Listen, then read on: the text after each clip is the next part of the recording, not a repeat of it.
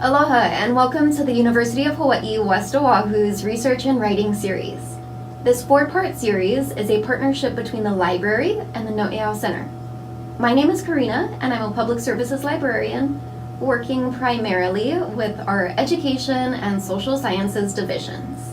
I'm Robin and I'm the tutor coordinator at the No'eau Center, which is the learning center at UH West Oahu. I'm Rebecca and I'm the learning and success coordinator at the No'eau Center. We're excited to work with you as you complete these workshops. Together, we are here to empower you so that you feel comfortable with research and writing. The videos in this series are accompanied by quizzes.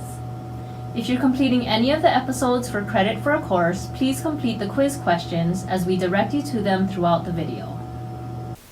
Welcome to our Research and Writing RaW workshop series. This is a 4-episode series, and for this episode, we're covering the outlining and writing portion of this process. I'll be hosting this episode. In episodes 1 and 2, Karina walked you through brainstorming and researching.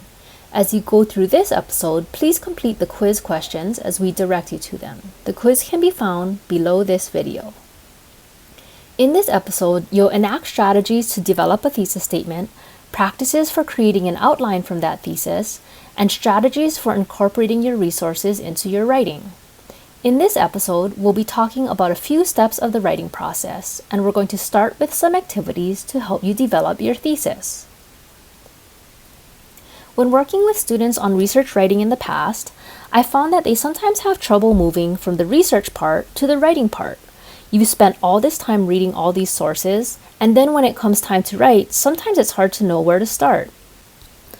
I sometimes see students make the mistake of letting their sources drive their paper. What I mean by that is they'll focus on one source at a time. This source says this other source says that. That's not really an ideal way to be writing up research. Think about it this way. You've read all this stuff about your topic. Now you're the expert. What do you want to say based on all that you've read? We're going to do a few activities to help you with this process. Pause the video here and take 15 minutes to review your notes. Read through any writing you've done for your research project, whether you have a draft, outline, notes, or an annotated bibliography. If you still have more time, skim some of your key articles or other important sources.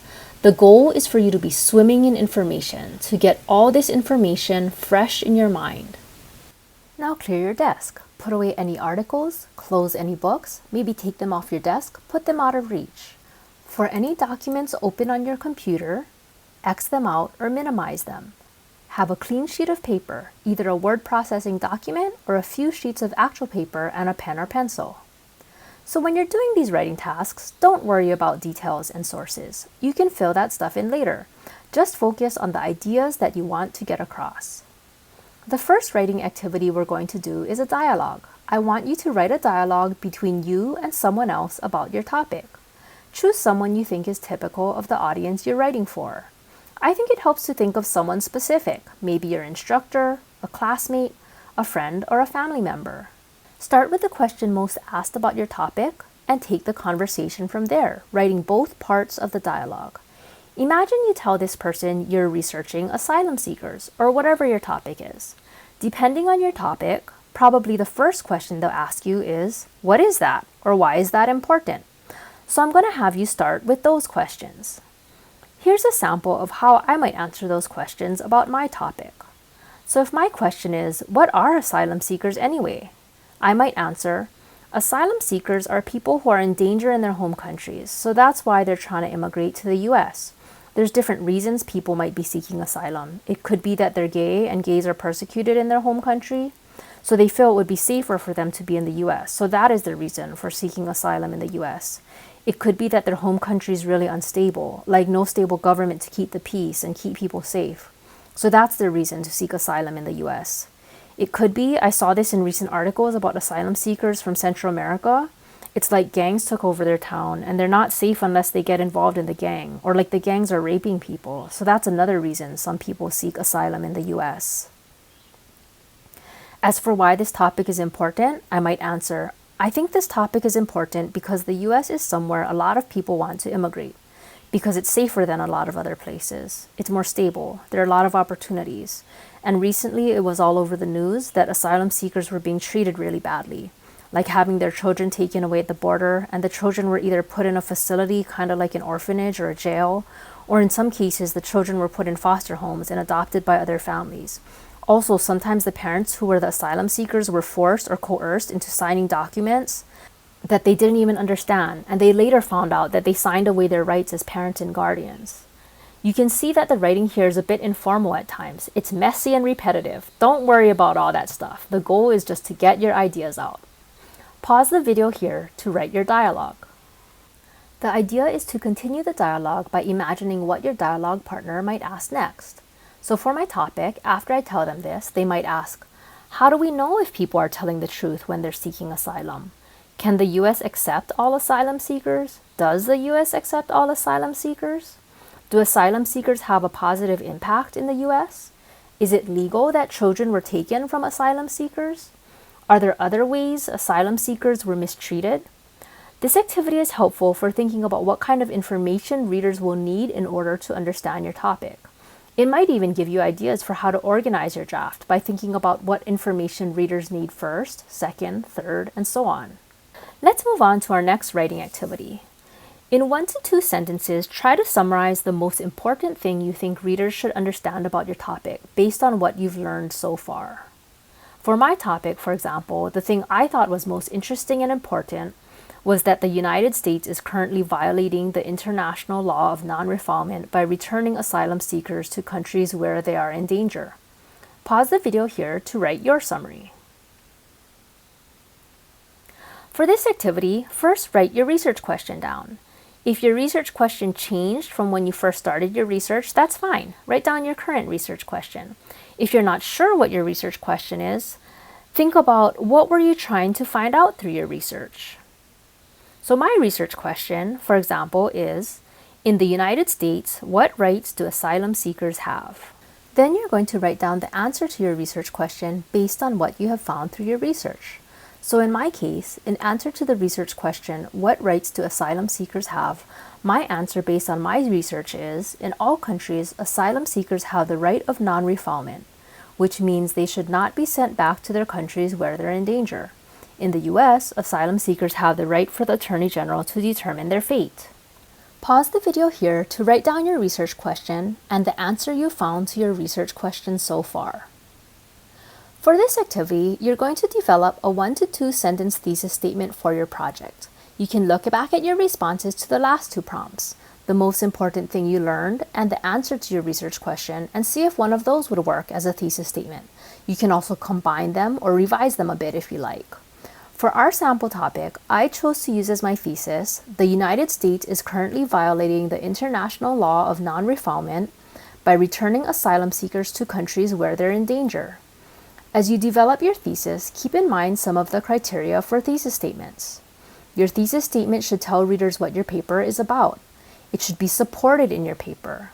It should meet any criteria your instructor has provided. And it should be interesting. One way to make a thesis interesting is by asserting a claim that others may agree or disagree with. Working with your responses to the activities we've done, pause the video here to select and/or draft a thesis statement. Once you have a thesis, you can use your thesis to create an outline. When you read your thesis, ask yourself, what will my audience expect in my draft after they read my thesis? What will I need to tell my audience in order to convince them that my thesis is supported? So in my case, I decided that I would probably first need to explain what non-refoulement is, since that's something I didn't know until I did this research. Maybe I'll give some examples of cases where the US has violated non-refoulement. And then I think sometimes people might say, well, it's not only the US, other countries do it too. So maybe I'll share some of those cases too. I'll also explore the view that the US has not violated non-refoulement law and talk about what are some of the arguments on that side. And then I think I'll end by saying how even if other countries violate the law, and some say the US hasn't, the US should do a better job of following the law of non-refoulement. Now it's your turn. Using your thesis, draft a really rough outline. Use the following questions as prompts. Really, it can be just a rough list of things you'll need to talk about in your paper. Pause the video here to jot down this outline. When writing your first draft, it's good to first ensure that your outline is fleshed out. When incorporating sources into each main point in your outline, you might discover that some points don't have enough support or evidence. You may then need to find more resources. And if you can't, you might consider revising that point or removing it altogether. You also might end up combining main points because you find that they're fairly similar, or further breaking down your main points if you find that one point has too many parts. But once you've fleshed out your outline, a strategy you can use when constructing body paragraphs is MEAL. MEAL stands for main idea, example, analysis, link. M, or the main idea, is essentially your topic sentence, and that indicates to your reader what that paragraph is going to talk about. This is an example of a main idea from that topic of non-refoulement mentioned earlier. Some say that the US has not violated the non-refoulement law because it does not apply if the asylum seeker does not cross the US border. This example signifies that the paragraph will talk about supporting information of how the US has not broken that law. E, or the example, are usually from sources that will support the main idea. Note that you can have more than one source for evidence. The example provided here shows that refugees have been forced to wait in their home countries. A, or analysis, is your interpretation of this information, or better translating that evidence to your reader.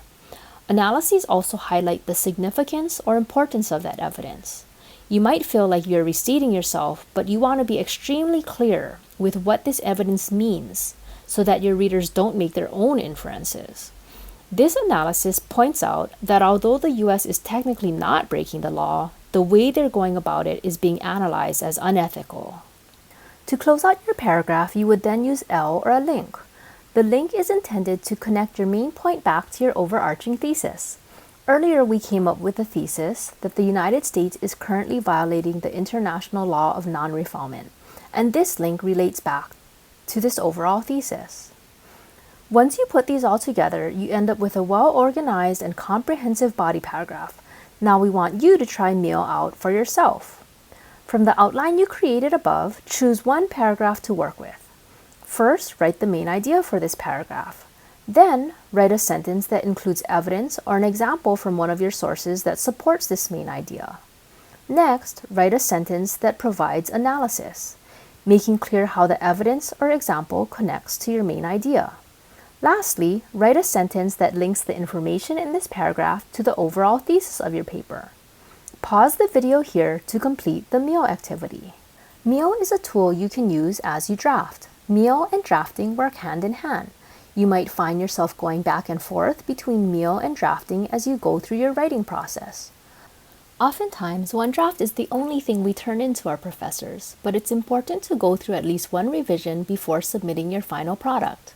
Drafting helps you to further develop your ideas while also helping you to check and double-check that your paper makes sense for its intended audience and that your paper is meeting its purpose.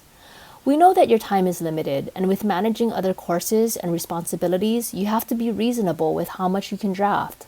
This could be managed by simply mapping out when your next draft should be completed by, or your instructor may give you deadlines for each draft. Now remember, writing is a process. I cannot emphasize this enough. You're now writing your paper, but you might end up having to go back, revise, take out information, add more information, or replace it. You may also need to revise the organization or flow of your paper. But we at the NOEL Center and the library are here for you, so please don't hesitate to reach out to us. Mahalo from all of us at the Raw Skills team. We want to invite you to watch our next episode, which will be focused on citations and polishing.